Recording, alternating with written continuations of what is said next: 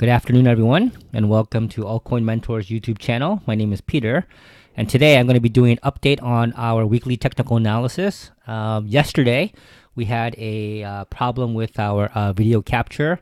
One of our subscribers told us that the video wasn't working, so thanks for the heads up. So I'll give you an updated version so you can see the charts. So for Bitcoin, nothing's really happening. It's really going sideways. Everyone knows that. On a daily, as you see, the big jump in Bitfinex was due to the tether uncoupling plus issues with their bank, and then so it skyrocketed up to 7,700, which was resistance, and it came right back down to 6,700, which is also resistance, and now it's back in a familiar territory, which is basically the range. So if you've been following us this whole summer, that's what I talk about. This little pink box here, that's the majority of the time. Right? If you look at it, the majority of the time it's been in this range.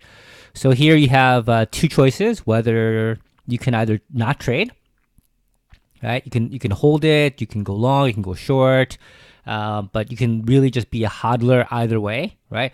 Or you have to day trade, take very, very small profits. That's even hard to do on Bitcoin because for a dollar amount, the range is actually not bad, but the problem is with the percentage, it's not that good. So if you're using leverage, especially on BitMEX, then a lot of the fees can be a little bit high, especially if you're using a lot of the leverage, trying to go for capturing small profits. So for me, I'm not trading Bitcoin a lot. What I am trading, though, is Ether. I've been shorting Ether pretty much all summer. This is where most of my gains have come in recently. I have taken some losses because there have been some fake outs to the downside, but on the majority of the time, though, I have been right, and it's just been going down. So this is the area where I started shorting at around 420. I was very, very aggressive with it, and now it's been in a range, but I just keep on shorting, short. So if you look at it on the weekly charts, you'll see that Ether looks pretty bad. You have a lower low over here, lower high on a weekly, which is very bad. On the dailies, you can just see it's just been, the waves are just going down. Let's look at EOS.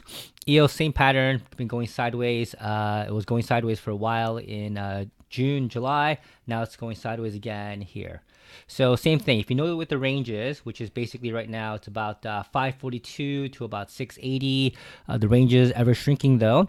But, so then you're really trying to capture, maybe $1, maybe, 50 cents. Anywhere in that range would be good. So like as I said before, same thing with Bitcoin. Day trading is the way to go here because it's a very shallow range. So here, same thing. If you look at it, it's been hovering about resistance, became support, resistance, just bouncing up and down. XMR, same chart. Enigma, same thing. And if you look at Zcoin, pretty much the same thing. BitShares, the same thing. It's actually going down. So let's get a few fun things while we're at it here. So I'll start with Raven. So Raven is something that we've been looking at for a while now. It took a big spike up because it started to get listed on Binance. But we've been looking at it for a while.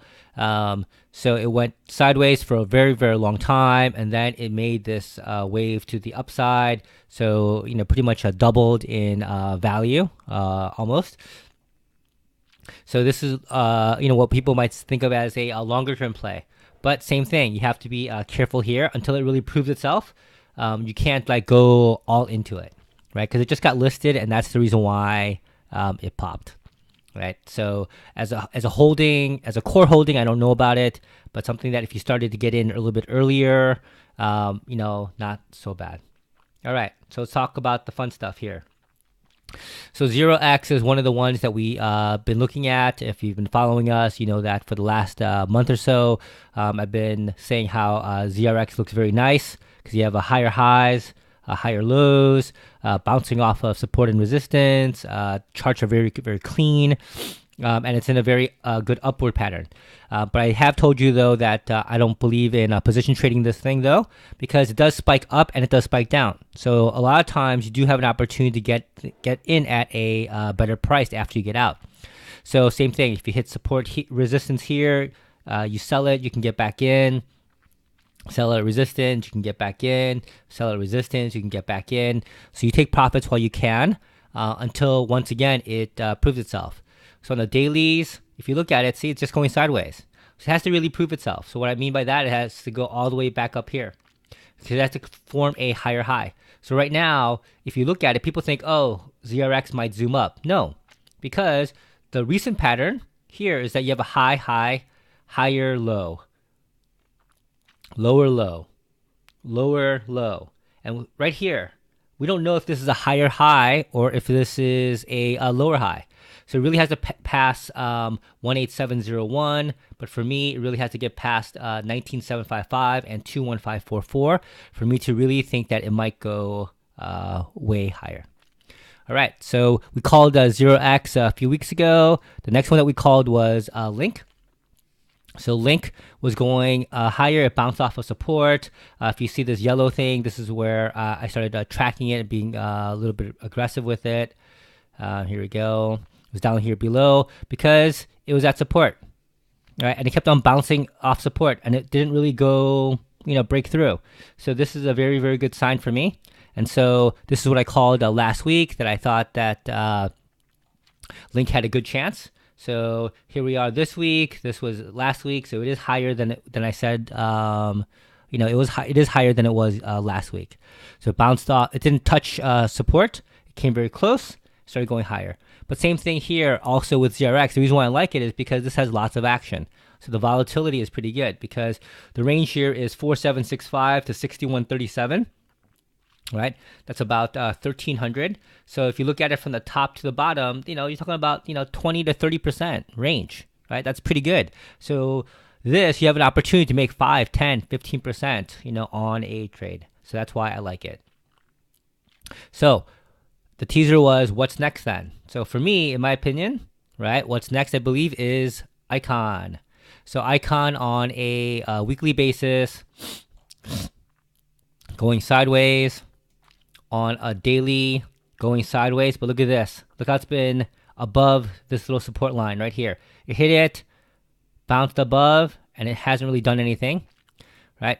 And that's a good sign. Because as other things have gone down, this thing has gone pretty much sideways, right? And now it broke this little high area here. So I am looking to get in on it pretty soon. And I think it will go, especially if it breaks over 1130, which is a green line I drew over here. Then I think it has an opportunity to get up to this little green box over here, which is at 1,300 to 1,400. So that's not so bad because now you're looking at somewhere between 20 to 30% profit on Icon. So will it get there? Who knows? But technically speaking, it looks like it has a pretty good chance. And on your money, if you put your stop loss at 928, so let's draw the line here. All right, and your target is all the way up here. It's pretty good, the ratio. So you're looking at almost 200 points to the upside if it goes to the bottom of the box, right?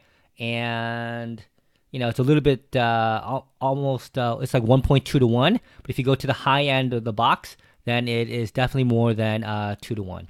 So that's something to keep an eye out on. All right. So hopefully you enjoyed this video. I had to make it really quick, because I am trading. This is Friday. There are things that are going to be expiring here. So we'll see what the market action does for my index futures and for my Forex positions. But the relative markets look pretty weak right now. It might go sideways for a while, and we'll see what happens. All right. So thank you very much for watching. If you like our videos, please share it with us, with your friends and other crypto traders. You can also follow us on Twitter and on Telegram. Once again, I apologize for the speed. This is during the market. I just wanted to give you an update because our previous video had problems with the video capture. So thank you again for watching and see you in our next video.